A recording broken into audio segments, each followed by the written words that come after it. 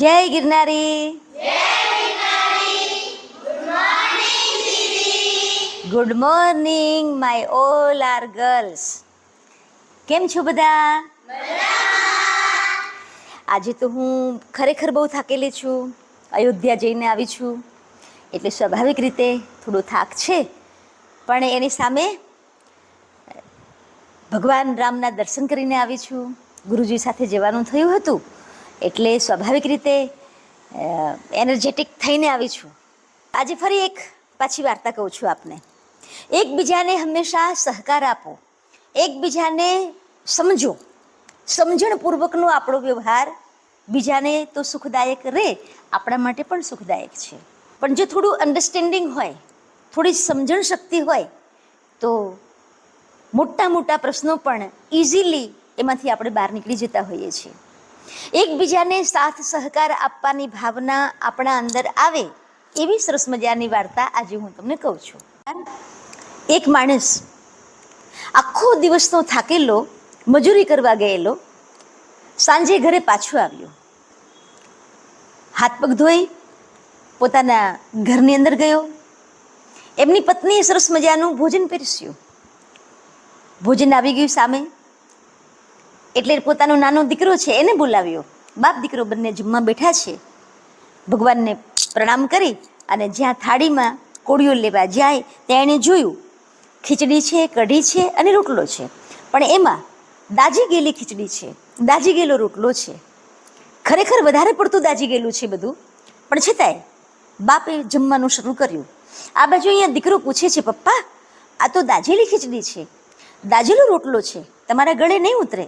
ના બેટા, મને દાજેલી ખીચડી ખાવાની આદત છે, મને બહુ ગમે છે, મને દાજેલો રોટલો પણ બહુ ભાવે છે, લે તું પણ ખા. અને પછી તો બાપ અને દીકરો બંને જમવા બેઠા, સરસ રીતે જમ્યા. જમી પરવારી ઊભા થયા. દીકરાના મનમાં એમ હતું કે હમણાં મારી મમ્મી ને મારા પપ્પાની વચમાં લડાઈ થશે, ઝઘડો થશે, પણ આવું કશું જ ન થયું. હસતા મોઢે એ માણસ જમી અને પોતાના રૂમમાં જતો રહ્યો. જેવો એ રૂમમાં ગયો એટલે દીકરો પણ પાછળ પાછળ ગયો અને પપ્પાની પાસે બેસીને કહે છે, પપ્પા ખરેખર તમને દાજેલી ખીચડી બહુ ભાવે છે? ખરેખર તમને દાજેલો રોટલો બહુ ભાવે છે? તમારું પેટ નહીં બગડી જાય?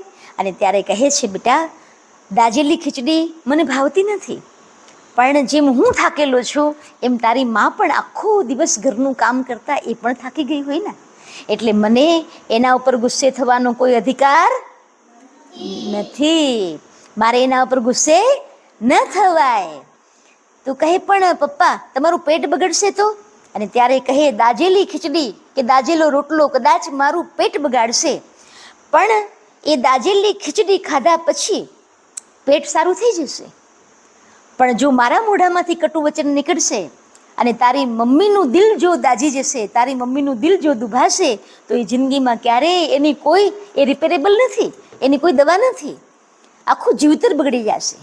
કહેવાનો મારો મૂળ આશય એટલો છે, નાની નાની બાબતમાં આપણે જે ક્યારેક ઇરિટેટ થઈ જઈએ છીએ, નાની નાની બાબતમાં જે ગુસ્સે થઈ જઈએ છીએ, સ્કૂલેથી આવીએ છીએ, આપણને ઊંઘ આવે છે, આપણને ભૂખ લાગી છે અને ક્યારેક જો આપણે ઇરિટેટ થઈ જઈએ છીએ, ક્યારેક કોઈકના ઉપર ગુસ્સો આવે છે તો એ ગુસ્સો કરવાનો, કારણ કે જેમ આપણે થાક્યા છીએ એમ બીજા પણ થાક્યા હોય. એટલે હંમેશાને માટે એકબીજાને આપીએ સહકાર તો થાય સૌનો. આ હંમેશાને માટે આ વાત યાદ રાખવાની છે. એટલે હું કહું છું, પૂર્ણ પુષ્પ ખીલવવા ભમરનો સાથ માગે છે, જીવન સાગર તરવા કોઈ કોઈનો સાથ માગે છે. પૂર્ણ પુષ્પ ખીલવવા ભમરનો સાથ માગે છે, જીવન સાગર તરવા કોઈ કોઈનો સાથ માગે છે.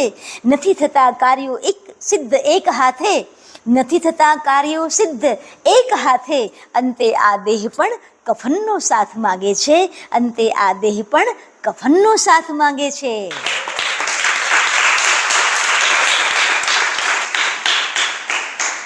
જય ગિરનારી. પૂજ્ય દીદીની સત્સંગ સાંભળવા માટે તથા આવી વાર્તાઓ સાંભળવા માટે અમારા આશ્રમનો કોન્ટેક્ટ કરો. શ્રી ત્રિલોકનાથ વાત્સલ્ય વાટિકા, ગાંધીનગર માણસા હાઈવે, બાલવા ચોકડી નજીક, જિલ્લો ગાંધીનગર. જય ગિરનારી.